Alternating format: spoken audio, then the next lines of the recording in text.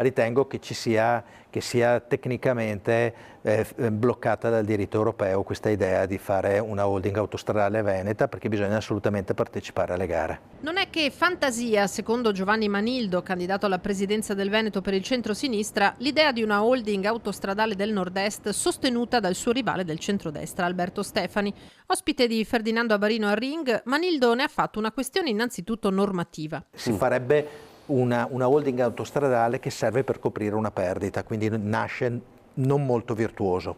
L'altro tema è che una holding autostradale è veneta, c'è la direttiva, lo sappiamo tutti, dopo la sentenza Bolkestein, la direttiva europea, siamo oggetto di gara, quindi si deve pensare all'assegnazione tramite gara europea e non si può pensare a un affidamento diretto di una concessione. In tema infrastrutture pende sulla futura compagine amministrativa anche la posizione della Regione rispetto alla copertura del canone della Pedemontana, dice Manildo. Veniamo da una situazione che deve essere ripresa dal punto di vista economico, dal punto di vista dell'allocazione del rischio, dal punto di vista della gestione del contratto, e sicuramente questo è un tema che va preso appena si arriva in Regione. Punto primo, ricontrattare l'accordo con il concessionario, afferma il candidato del centro-sinistra, che propone un corposo piano di investimenti su un altro fronte, quello dell'emergenza casa, che colpisce tutto il territorio a partire dalle aree spopolate e degradate. E come prima proposta abbiamo detto di fare un'agenzia unica regionale per la casa